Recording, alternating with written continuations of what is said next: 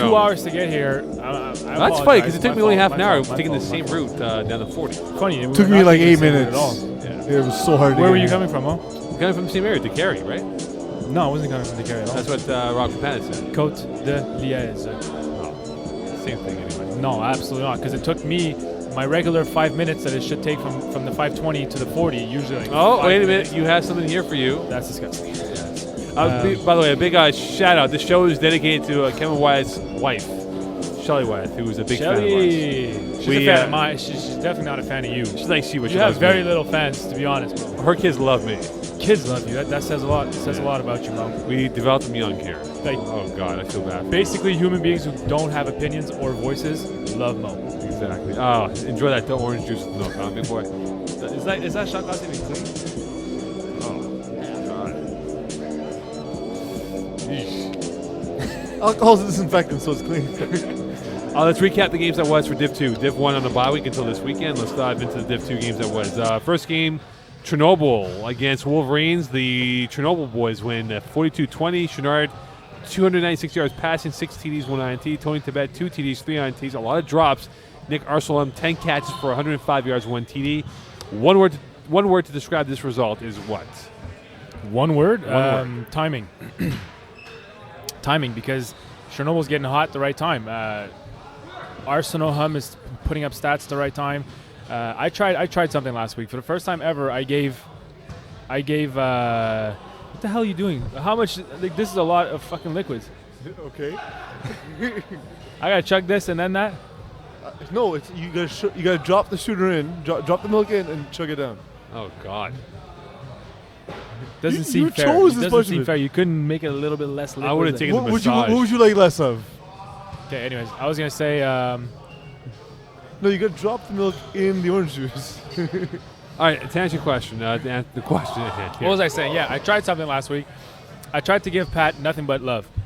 Chenard, I usually like give him that tough love because he's a good enough player to find success as a quarterback in Division 2.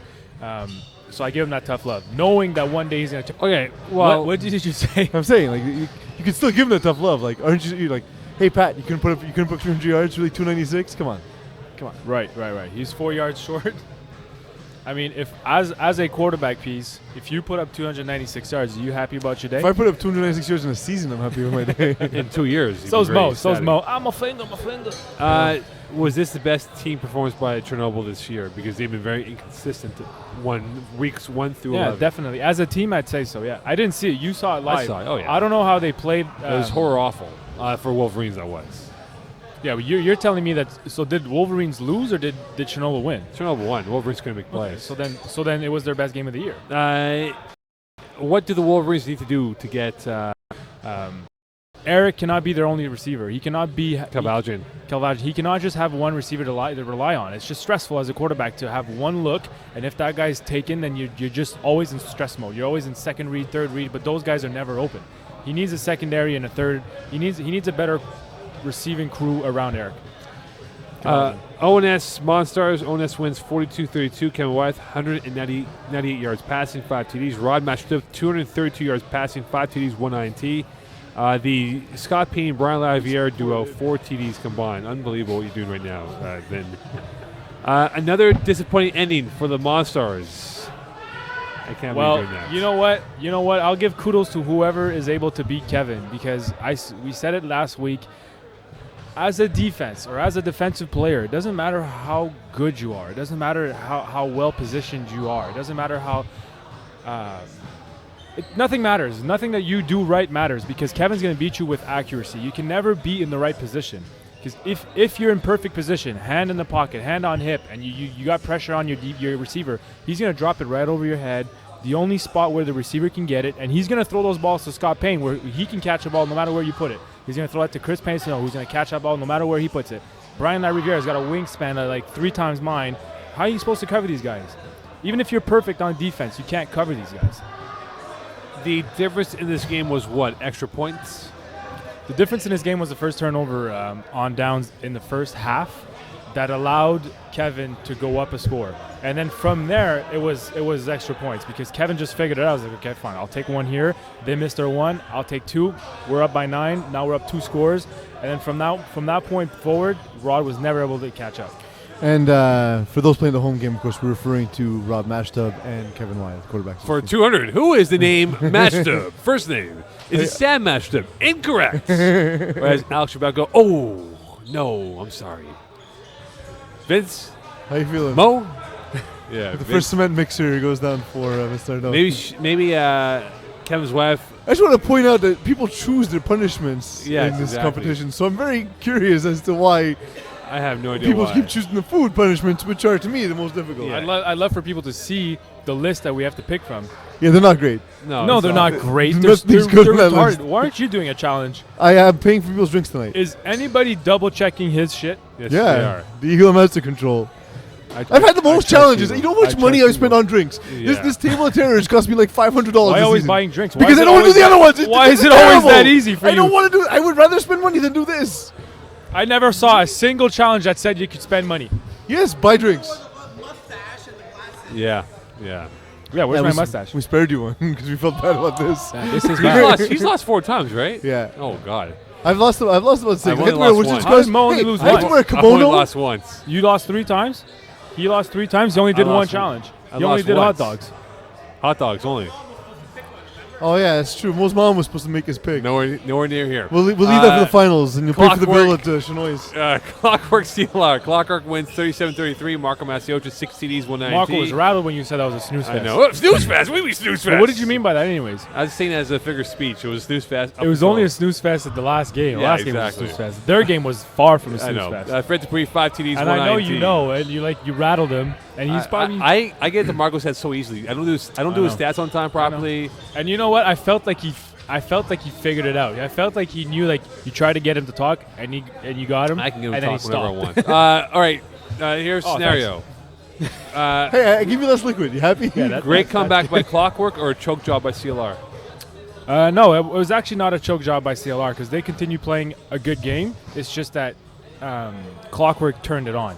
Kyle Lebowski put the team on his back. That pick that he made at the beginning of the second half, over his shoulder. I almost just threw up. Over his shoulder. Oh, God.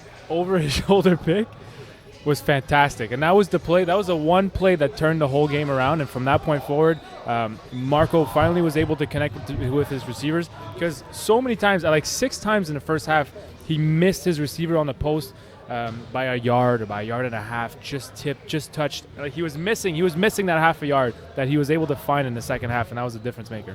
Kyle gave him hope, and then Marco ran with it. I look at Marco Masiocha, of course, his injury that he has sustained. I think it's fake, Yeah, by the well- way. How would you rank Like his your finger. Well, he was Yeah, walking that's like the only Willis injury in Reed flag out there. football that's fake is his vagina finger over here. Oh, I had a really good comeback. I'm not going to say it, though. How would you rank his performance? Whose with performance? Marco's performance with the injury that he has had. Because in the first half, he was grimacing in pain. If He the was in injury is pain. a hamstring injury on his throwing leg, then I'm giving him a 10 on 10 because he lined up on the last play of the game. It is, though. It's on his plant leg, isn't it? It's his plant leg. Yeah, so that's a big deal. That's the pressure. That's where everything's coming from. Right. He lined up on the last play of the game, knowing that the ball was going to be a jump ball to his side to that receiver. I forget Yeah. his name now. Number 7, Deschamps. Deschamps. Perfect. Knowing that the ball was going to go to him, and I even looked at him before the play. I'm like, Marco, you serious? He's like, bro, what do you want me to do? I'm like, put everybody else here. If you He know the needs ball's those gonna come in. stats. That's why he's doing this. It has nothing to do with stats. This has everything to do with him wanting to win. Him willing to tear his muscle to win. That's it. Would he be satisfied if he had 3 PDs with that injury and a loss? Would he be upset? Satisfied. He's not that guy who's going to look at the stats and be happy because he had a good game but lost. That's not him at all. What That is needs to not Marco. happen for CLR to get better? And it's for Carl Deschamps who you're Carl Deschamps, to. yes. Carl Deschamps. Sorry? CLR for next year or years down the road, what do they No, need they're to do? fine. They're a fun team to watch, by the way. They're a good team. They're a Well, really it's good one of team. our Table of Terror challenges, is it not? Here's their It is. problem is that defensively they're always doing the same thing. They are always doing the same thing. I don't understand how the middle could be open play after play after play after play. How could you allow Marco to connect on numerous posts over the middle. Numerous posts. We're talking about like 30-yard posts over and over. Just chop the field in quarters. Like, what are they doing? What are they trying to cover? I don't know if it's a corner lock with nobody deep or if it's a continuous 15, just two safeties that can't get to the middle, but they're doing something wrong. It's like a 4-1 corner lock -1. Exactly. 4-1, like Someone get have a seat. it's just corner lock. Corner lock, no one. We'll just lock the air down on my side. Legends, #NR. Legends Yeah, win yeah. 26-24. Corey Pecker, 3 TDs, 2 INTs. Controversial question mark? Maybe. James Floriani, 4 TDs. Mo can Did talk this... Can I just take this and then drink that? Sure. Honestly, do whatever you want. You have all the man. respect in the world, man. Did the game turn on the last series of call penalties for the Legends to win this game? Controversy question mark? Because there were some opinions. No, because Vented. here's what happened. And you know what? I'm not blaming No Regard for getting mad because I would have been mad too. The call was made. It was the right call. There was a PI on the play, but the call was made so late that it leaves so much room for like. It's just you can't do that. As a ref, you got to call the call and sell your call. You can't just be like, yeah, it was a PI. It's the right call to make, but I know I'm affecting the game now. That's not. You're a referee. You're a referee who's refed in the CFL. You should know how to do your job better than that. He allowed No Regard to get angry. He gave him a reason to get mad at him. You know what's going to happen, PZ? When that referee does Vince Nardone's game, illegal snap, 5 yards back. Absolutely. Let's hope he's simulation refereeing of the- Div 5A this weekend. By the way, I think the referee's amazing. I love him. He has beautiful children. Which one? The guy we're talking about. No, he's the best. He's probably the best receiver. Oh. Not receiver, but best referee. to Stop ref kissing ass, our now, field. Vince. Stop kissing ass. He's not going to listen to this. Nobody's going to know about this conversation. There's no refs out there that are going to send it to listen. him. But he is an amazing ref. He is actually the best ref that we have. Was this He's done Grey Cups in the CFL. Like, there's Yes, a he reason has. why he does these games. He is a good ref. It's not J.R. Bosley. Was this an underperformance by No Regard? Shit. You know you work for this league, right, Mo? Shots have been fired. I like that about you, and I course. agree. We agree on that opinion. Was this an underperformance by #NR this weekend? Or this week? Yeah, I think it was. I think James didn't have a good game at all. He had a good game on defense, a good pick near the end of the game to give his team a chance. But so many times in the first half, turnovers on down, missing receivers. He's lucky Kenton was able to keep drives alive, and it wasn't a quick play. Like, I'm not going to give James credit for connecting with Kenton 15 seconds late. You know what I mean? Like, oh, you beat the rush. Kenton keeps the play alive. He gets open as a good receiver, and you find him. That's not James. That's Kenton. And Kenton did that like 4 or 5 times during the game, which kept them in the game. So Kenton had a great game, but No Regard as a whole, not so much. Another last play win by the Legends. Are they now playing with house money?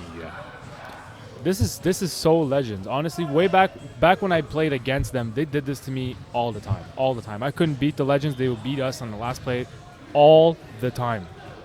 It's what they do. It's just what they do. Without Corey- Jeff Rosenblatt. No Jeff Rosenblatt in the line. Right. Yeah, it's a good point. It's a big receiver. It's a big snapper to have. It's a good target. But Phil Cutler does the job. And Phil Cutler cut that last touchdown on the last play of the game. So would Rose have done that? Rose would have been an easier target to see in the end zone open. You know what I mean? Yeah. Phil kind of got lost in coverage mid end zone, and then Corey found him. But that said, Great like there is a skill to closing out important games, and Legends tend to do it, and they tend to do it without a lot of room. We're talking about a guy who got drafted playing NHL. Obviously, he's poised for big moments. He's been in the moments like these over and over again, and it doesn't seem to fluster him. And good for them. Good for them as a team. He won't flame out, so to speak. Sorry, the third greatest. No flames. The third greatest Erie Otter behind Connor McDavid, Jason Ward, then Corey Pecker. What did you say? I don't know. who these Third people greatest Erie Otter. He played for the Erie Otters back in the day. Oh, are. yeah? Everyone knows that for sure. Absolutely. I don't even know who that is. Connor McDavid, Jason Ward, then Corey Pecker. There's a team called the Otters. What's wrong with this country? They The play off Otters. of Lake Erie. We're just called a team of Alright. raccoons. Div 1 playoff action. Any hoot? DK Lunatics, Loonies won 44-24 over DK, Paul Lapierre, 7 TD passes, Rashid Ben Decatur, 4 TDs, 2 INTs, JR Verger had 4 TD catches. Lunatics coming in on a 3-game losing streak, DK had a 2-game winning streak. Can Alex Pilon make things very difficult for Paul Lapierre, who's only been sacked once for every 50 passing attempts this season? Yes, absolutely. But Paul Paul played a perfect game last time that he played DK. Honestly, straight perfect. And Rajdi wasn't. And that was the difference. Can Lunatics beat DK again? I wouldn't put money on it. I would not put money on that at all. DK has kind of found their stride in the last 2 games of the season there, finding what it is that they need to do to find success. Give Serge the ball, let your defense make plays, and it's working for them. And we see good teams do this where they sort of like just go through the motions in the season knowing they're going to make the playoffs and then sort of catch the stride, do well at the end of the Lunatics? season. No, I'm not talking about DK. DK, yeah. And DK, they've gotten better as the season gone on. I'd be surprised to see this kind of result I'm not again. too sure because after that win over D-Boys, they went downhill. They had like a 2 or 3 game losing streak in the middle part of the season, came on strong towards the end. But But again, there's always internal reasons that we just don't know about. Like, things are happening on the team. Guys are not there for whatever X reason, or they're rattled for a reason, Y, Z, or whatever. There's things that happen during the season that we're just not unaware of. So, Adi Sharma, who does the bulk of play calling for the DK defense, Yep. what does he do to counter J.R. Verger, who had 4 TDs against him last time out? The matchup that he had last time was obviously not the right one for DK. For DK's sake, they have DBs. They have perfect matchups. If you go across the board and you could do it yourself, you could do the exercise at home. Anybody could do this. Who would cover number 1? Who would cover number 2? Who would cover number 3? And you can go across the board, and DK wins every single one-on-one. Right. Every single one-on-one. And you know which one might hurt you, but you can still control it. It's UZ Pierre. And I don't even know if he's going to show up to the game. He hasn't been there the last 2 games of the season. He is the only one who's got speed, and he's physical. And even if you match up your best, let's say you put Chenard or you put Arsenal Hum on him, you're gonna be able to like bottle him, but you can't shut him down. So let's say you give up that 1 touchdown and that's 60 yards. That's a W. That's a victory. You win. He's averaging 3 touchdowns and over 100 yards a game. Let the other guys beat you. Let the guys like Verger beat you. But your number 2 is gonna stop their number 2. I guarantee you that. So it's all about matchups. It's about shuffling people around and believing that you can stop them. Paul's not going to beat you with his legs. Pilon's going to shut that down, no problem. So now it's all about the defensive. It's all about the DBs in the back. And you can't be too obvious with your defenses. You need to switch it up. Adi's done this in the past where things kind of just tend to always kind of look the same, and then they find the holes and they abuse the holes, and our holes don't change, or the DK defense holes don't change. Mm-hmm. He needs to keep shooting guys different zones. Keep Paul guessing. Keep Paul guessing. Don't let him know what you're doing. Will the emotional side of the ledger come in play for Lunatics, given how they can get riled up quite easily? Yeah. Well, I don't think that's going to matter. I think Paul's smart enough to know that the situation that he's in and not allow emotions to take over. Rainmakers got skills. The Rainmakers won both games by a combined score of 8 total points. To beat a team twice in the same season is tough, but to play them 3 times, it's almost impossible in how football. tough is it to beat them 3 times in 1 Almost year? impossible in football. And you go any great team, any really, really strong team, whether it's the CFL, NFL, CIS, whatever, CJEP, whatever. You beat a team twice during the regular season, even if you pound them, like 40-0, 50-0. That third time that you come around, there's something about a third game there's in so one much familiarity by that point, right? There's- So yeah. you know what to expect, they know what to expect, so it's going to be a close game no matter what. It's almost like the winning team feels like they don't need to do anything more. They don't need to change anything. And they come in with the same plan, like it worked twice, it's going to work again no matter what. And even if you know what I'm saying, even if you're aware of this, you're still psychologically on that comfort level, like you're just like, we could try to change things a little bit. But now maybe you'll just like rattle your own system. By the way, Rainmakers on a 4-game losing streak. Their last win against Godskills. That was almost a month ago. Wow. Godskills, are they smoke and mirrors? No, absolutely not. I don't think so. You've seen them play. I've seen them play. I think they're very good. They're a very So good are they team. legit 3? They're a legit 3. And you know what? They're more than a legit 3 because they barely played that last game against wow. Blue Against team. Flag Mossack. Flagmore Sack That's the against. one. Wow. He's They were like familiar with they Blue. were like at 50% there. They were trying new things. Guys were playing But the receivers. thing is, they knew at that point they weren't getting. They knew it number didn't matter 2. whether they won or lost. They were sitting there and it didn't matter. So Yeah. they didn't really play. So they could have had one more win to their season. Ultimately, they could have, but they didn't care for it. So. More worried, Rainmakers defense collapsing or Ryan Castor giving up sacks, because the Rainmakers defense has not played well. And let's not forget the game against D-Boys where they had a 14-point lead with less than 4 minutes left, end up losing by 5. Yeah, I don't know. Like I said, I've said this before. They're missing that grittiness. They're missing that push back. the Division 1 physicality is lacking from the Rainmakers. And until they find that, they won't be able to keep up physically on defense. One X factor for God Skills is who? Give me Chantomo, a quarterback, Nicola Chantomo. Because last time they lost to the Rainmakers, it came down to a throw that he missed, a two-pointer. He missed his brother low. When he had him wide open for that two-pointer, he missed him. So he's going to have to be the difference maker. He's really bitter, though. Nicola? Would you agree, Bitter? Nicola Santomo? Like in taste or in character? Like, he's just bitter. Like, he just looks like a pissed off guy. I don't know. He's a serious guy. He is. Like, he has no sense of humor. His brother actually came from the Moose lineage of FPF. Where, yeah. So I do know him a little bit. He just looks so honestly, bitter and angry. He's a nice guy, so I disagree. He does have like resting bitch face. Like he is like super serious, but he's actually a pretty chill guy. I think it's just because he's focused. I think he's in the game. I think he's just very focused. And some people, when they're focused, like my brother, for instance, when he's focused or when he's thinking or when he's walking and he's not with anybody, he's mean mugging. He's always mean mugging. He looks angry. He just looks like he's ready to kill. Nicholas Santomo looks like the athletic Jim Tom. To be fair, your brother's actually ready to kill most times. So. Well, that too. I mean, he might be planning a murder in his mind, and he looks like he's going to kill, but... Like I said, Nick Santomo looks like the athletic Jim Tom Sula. I don't even know who that is. Div 2 playoffs. Serve with Ice, Clockwork. The Ice won 27-18. Jordan Pineda had 3 TDs. Marco Maciota 3 TDs, 3 INTs, which was last week, by the way. How blessed is Clockwork to have a week off before their next game for Marco Maciota? Because essentially, when you look at it right now, the next playoff game for Div 2 is next weekend, and that could give Maciota plenty of time to rest up for his Div 1 and Div 2 game. I don't think with the injury that he has, you need to rest for at least 6 weeks. It doesn't matter if you have a week and a half off. It's like it's not truth. You might feel fine, but as soon as you put pressure on it, you do the first, you push off that leg, it's gone again. So like that said, like the games get tougher from here on out. 100%. So what do you guys think in terms of prediction? Like, will Marco Maciota win a championship either with Clockwork or with D-Boys in Division 1? I think he has a better chance with D-Boys in Division 1 because his defense doesn't need him. He has the players.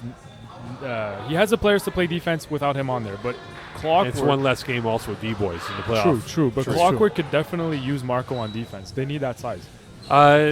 Serve with Ice comes in the game stumbling on a 2-game losing streak. Are they a wild card team from this point? In the sense that, yes, they are not playing well, but they've come up with some big wins during the regular season. They're able to. I mean, I would never count them out of any game. They're able to beat anybody and everybody, except for some reason these guys sometimes it just stops clicking. It's just like they forget how to play together, or like Jam alluded to it where you weren't here that time. Jam alluded to it. It depends how Jordan Pineda shows up. If he's enhanced, medically enhanced or not. I don't think he ever is when he plays. I don't think he's ever not medically enhanced personally. Okay. Medicinally speaking here, or are we talking about? Absolutely. Okay. Oh, perfect. straight. It's all medicinal, Mo, for Jordan Pineda. Just making sure. He's a straight arrow. He's a straight arrow. And we live in a province where it may in fact be prescribed. Right. Kyle Labosky. Good for Jordan. You mentioned Kyle Labosky before, how big a game he had. He's now on a 9-game TD streak. Is he the difference maker in this game? Kyle? Yeah, 9-game TD streak. I believe it. You know what? If you look at his statistics, he had a really good season. It's just he's flown under the radar for some reason. Maybe because he's on a Is team that a with short joke? No, he's not a short. Smaller dude. It's just because he's flown under the radar. He's on a team with known names like Lanny, like Kirouac, like Rich Humes, Marco Maciota. You got Pampana. Keep them coming. They're all guys that we know and we've known for a long time, so it's easy to talk about them because we know them. Well, Lebowski's a guy as a guy who's played in a lot of lower division teams myself, I've known Lebowski for quite a while, and the thing is, he is a well-known player, just not in these higher division circles. Glad's ONS. Glad's won 44-14. No Kevin Wyeth. It was Vince's boy, Steve Crompton at quarterback. 5 My INTs. boy? What do you mean? Your friend. I had 5 INTs. Frank LeBeau, 6 TDs, 2 INTs. From a Glass perspective, does the bye week hurt their rhythm, given that they're on a 5-game winning streak? I think it breaks any team's rhythm, whether you're on a winning streak or not, because having that 1 week off is brutal. Me as a player, I wouldn't want to have that 1 week off. I wouldn't. It just, unless you have a practice. You know what? The week off is fine if you use it to have a team practice, run some routes, figure some stuff out. Clean up the rust, blow the dust off your cleats. You know, just keep it like flowing. But if you don't play for 2 weeks and then you come back and you're playing a team who played last week and they're hype off that week and you're kind of mellow now, you forgot flag for about a week and a half and it wasn't on your mind. I think it does affect your team 100%. But in Melo is the right reason for that. Like I had Bison, and you come into the game like beyond relaxed. Like you're missing a little bit of that edge you need to compete in the playoffs. ONS, their defense played very well against Monstars. Came up with some big plays along the way. You know what's funny? Tanner wasn't there. Tanner Burrell. Yeah. Do you think they can repeat that performance again? Do you think that's a coincidence that their defense did well and Tanner wasn't He there? had a bad week. He had like a speeding ticket. Seriously? So wasn't. So good you're week not for him. going to say anything?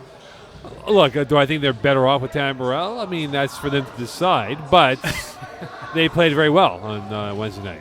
They So did. can they have repeat performance against? Not if Glads? Tanner's rushing. Not going to happen. No. I just want to shout out Lester Averman, who actually Who? Lester Averman. He tweeted myself and Eagle as well as the Flight Plus account talking about how he was able to Snapchat that entire game for Tanner Burrell, who was not there. So providing some additional, perhaps rogue coverage of a FPF game via Snapchat. So Lester Averman I think I at saw him. Cookie I Monster think I saw 86. Yeah, I was like, we'll fire Brent. Brent Counter doesn't add much to the media team, so No. we'll, I'd fire Brent. we'll fire Brent. We'll hire you. 21 INTs by the Glass defense. Can they force Kevin Wyeth into throwing an INT or more in this game? Who? Glass defense. Glad's defense? Nope. Glad has no defense. They literally 21 have no INTs defense. though. That's pretty good. They have no defense. They have Alex, Nado Pews, Alex a Lever. freak of all freak. I think they're gonna be smart about it and just like I don't even know how. I have nothing to say about that. I don't think they're gonna pick him up. No. Untouchables Legends. The Untouchables won 27-24, in which no Corey Pecker. It was Ryan Lelanowski, 4 TDs, 1 INT. Justin Lavallee, Yeah, 4 that's TDs, brutal. 171 yards passing. Untouchables losers 3 out of the last 4 games. Are they more contender or pretender? They're in shambles. They're in shambles. They're 100% in shambles, and they have a bye. Don't offend Jason Prince like that. We don't want him to come up to us and say, Whoa, "What, whoa, shambles, whoa, huh? whoa, What are you talking whoa, about in shambles?" I'm huh?" playing Jason Prince in Division 3. Oh, Rip God. and rip. Oh God. So maybe I should get in his head right now. Anyways, Untouchables are in shambles. So I wouldn't pick them. I wouldn't pick Did you them. say Prince is the reason you're in shambles? Probably is. Yeah. Probably yeah. is. He's probably a trigger man for the I whole. blame it on him. Yeah, if Actually, you, he's played great defensively this year. Now, He see, has. now then you go be a nice guy. How are you gonna get in his head? Sorry, no, he sucks. He's probably one of the worst players I've ever seen in this league. Literally, like. he's gonna take it personally now. Worst player, huh? You tell your friend Vince. He can't catch a ball. He can't cover anybody in this league. He literally wouldn't be able to cover in Division 6. Him and flag football and not a good mix. Like for example, milk and Orange milk and juice. orange juice Yeah. because I can feel it in my stomach, and that's basically You- Jason Prince on a football field. What is happening in my stomach right now is him on a field. if it's I like, dude, I love you, man, but like every time you drink that, I look up and you have trouble saying the next sentence know. you need It's to disgusting. say on the show. Disgusting. I feel like a Legends volcano. roster. I feel like a volcano experiment. Legends roster is rather thin right now. Could they survive another Who? potentially? Legends. I keep saying who because I like hearing myself say who. Who? Who? It's pretty good actually. Okay, Austin 316. Can they survive another potential physical game that Yeah. could be on 100%. their docket? 100%. Untouchables is in shambles. Jeff Rosenblatt, he was missed Jeff last is week. not playing anymore. He's done. He's done for the season. Was he hurt? But how much Yeah, will he that broke his be? finger. How much Oh, will that be of a loss though for the offense? I don't think it is because you're adding Phil Cutler as a snapper instead of Rose. Phil can do everything that Rose is doing and add speed. So Rose is a great snapper. Phil would have been playing somewhere else, but I mean, you are like right now. Legends offense has Marco Bertoldi sitting on the sideline. If Rose is snapping, then is Phil and Marco Bertoldi on the sideline? That's bizarre though. I mean, because you figure having Rose, as a good snapper, and you surround him with talent, like you figure that Yeah. just serves a team. You know what I mean? So 100%. it is surprising to see Bertoldi sitting on the bench. Very surprising. I asked him yesterday, who was on the field? You have Ryan Lell, you have Cola, you have Cutler, You have Cutler's not Cutler, there. Cola, Gerville. Lell, Gerville and he's slipping my mind. Number 4. Wow. I get it. Hoppenmeyer. No, Hotmeyer didn't even play a single snap during the game. It's well, he's gonna hate me. He played KGP. Oh, Sean Brophy. Bro, Con Brophy, yeah. so sorry, bro. Bro, that's a good offense. But Gerville Gerville's dropping hooks. He's dropping slants. He's dropping 2-point converts in the back of the end zone. Put Marco there. You know who doesn't drop all the balls? Marco Bertoldi. Exactly. No, he doesn't. Without gloves. It's Yeah. true, never. So let Gerville play He's got like defense, 'cause a strangler's he's grip. So to he's speak. a really good DB, and I know he's a receiver. I think he's a receiver for transit, but he's dropped so many balls this year. I'm done. Take him off your offense and put Marco in. If Jordan McLaren's lined up against Gerville, does Corey Pecker test McLaren's side? No. If you're Corey Pecker, you are not throwing in McLaren's That's direction. fine. No problem. That's all I need to know. Avoid his half of the field, basically. Terror Squad, Chernobyl, the Joe Duclair Bowl, the tie 32-32 last time they met each other. Chenard and Villiers, same numbers, 5 TDs, 1 INT. Is this the toughest roadblock for Terror Squad playing a Chernobyl squad coming in? 100%. 100%. This is going to be a tough one for them. This is the real test for this year. You're in Division 2. You had a decent season. We praised you all year long. This is where you belong. And now you got to prove it for real. Now you got to win this game. And Chenard gives Vildeth a tough time.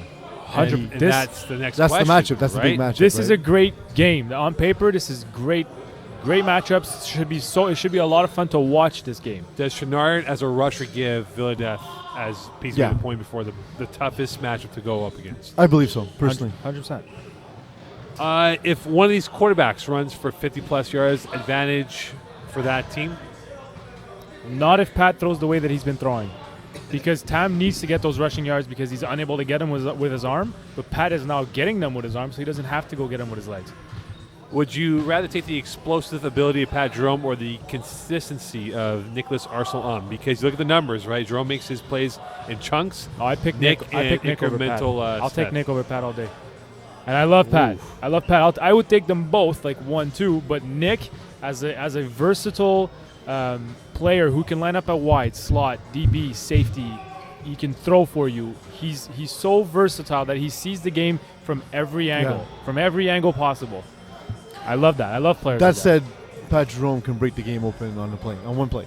100%. So You catch a hook so and can then Nick. done. That's so true. Can Nick. That's true. Yes or no? Could the winner of this game be going to the finals? 100%. Okay, fair enough. Games of the week.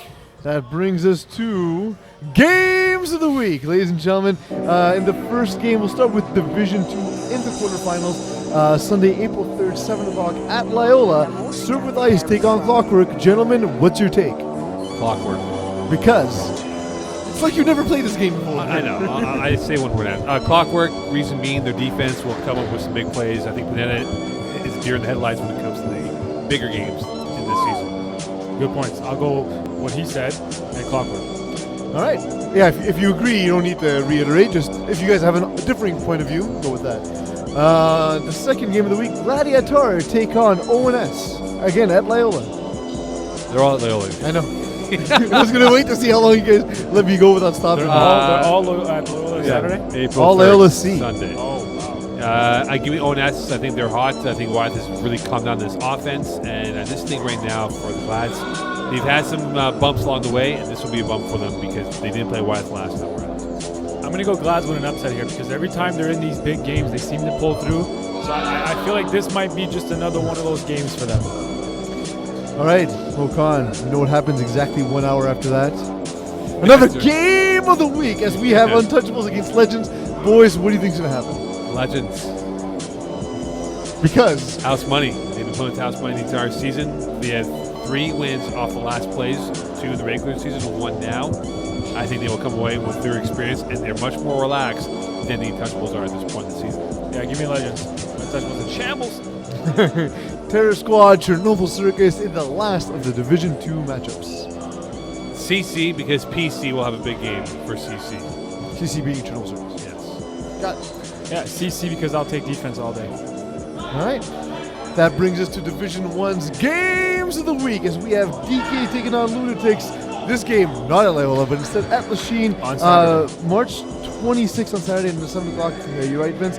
So, boys, who takes it? DK. I think Rashi's playoff experience will weigh in. Chenard playing very well. I think Bill has a big let's not pretend that Paul doesn't have playoff experience. I know. I'm saying that I think Roshni has bigger playoff experience. All right, I'll go with the same thing. I agree. And that brings us to the final game here, as we weigh in and we look at exactly 24 hours before this podcast will air next week. We will have Godskills taking on the Rainmakers in the final game of the week. Gentlemen, on March 30th, 8:30, Hebert Field 1, Godskills Rainmakers. Who wins? Rainmakers sweep it. Because Ryan Kastner has a chip on his shoulder to prove a point. I think the offense can put up points, and their defense will come up with 2 stops. hard one. It's tough. Give me Rainmakers.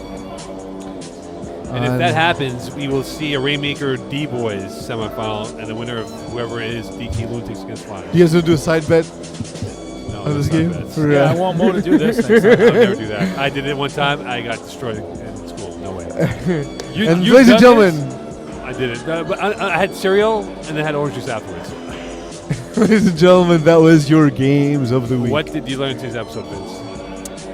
this. Not to drink orange juice with milk. Peace. I learned Vince is a badass. I would not have chosen that. By the way, Eagle. one more for the road, Vince. Vince. I'm hoping has this makes become- him, I hope this makes Vince sick because I play him this weekend in Division 5. Vince So has this is become kind of the the plan. Cleveland Browns of the Table of Terror. Good morning, Kuwait.